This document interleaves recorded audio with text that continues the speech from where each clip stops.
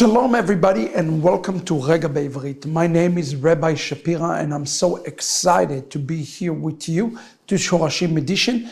We are starting a new book, and in the book of Bamidbar, meaning in the desert, in the wilderness, we're going to do something very special. I call this book the Chachamim edition. We are going to hear from a different Chacham every week. And every week you will be introduced to somebody else who have us a clue. But our clues this week and throughout the book of Bamidbar have to do with one thing, with the Mashiach.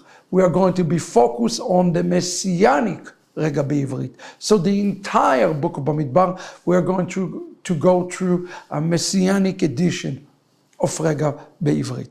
Now, in the parasha this week, Parashat Bamidbar, like the name of the book, we are reading very interesting passage that I would like to focus on with you in chapter 1, verse 44.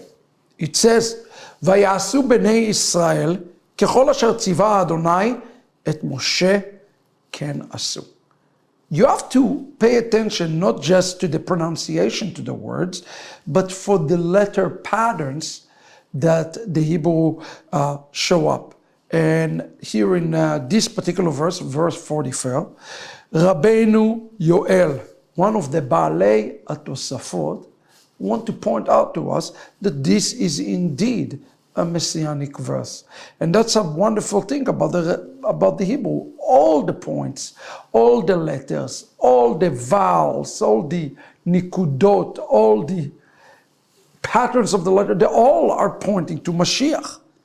And this word that start the passage, Vayasu, have a name that is encoded in it. You see, if you break the word Yasu, you notice the word Isav. Now, what is the connection between Vayasu to the word Isav? Listen to this. The last word in the text is also the word Isav.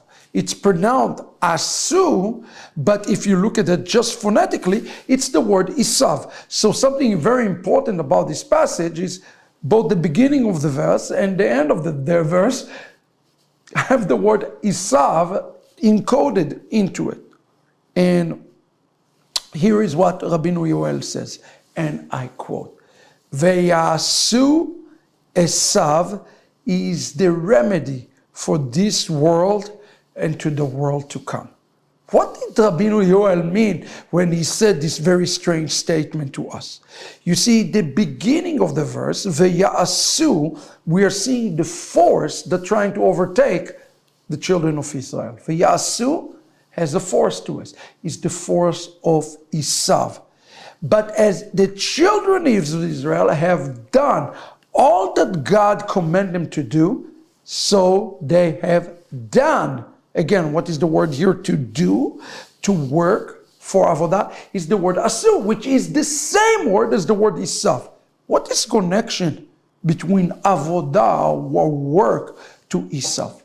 See, Rabbeinu Yoel explained that the only way that one can overcome the spirit of Isav that is consuming and plaguing everybody is through the action of asiyah, of doing. That's called Torah. Do you want to overcome Isav in your life? Do mitzvot.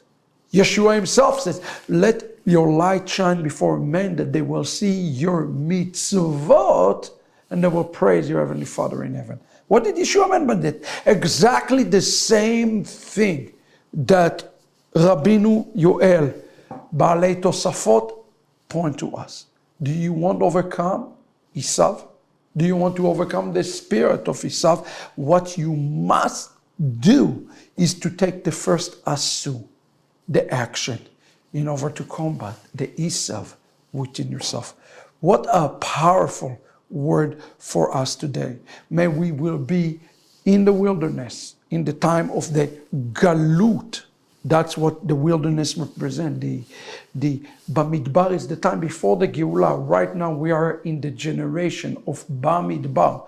We have not entered into all the promises yet. What should we do in those days? That's what we should be doing. Focus on the Asiyah. Focus on the Asu. Focus on the doing for this world and to the world to come. We're doing actions in this world in order to prepare ourselves to the world to come.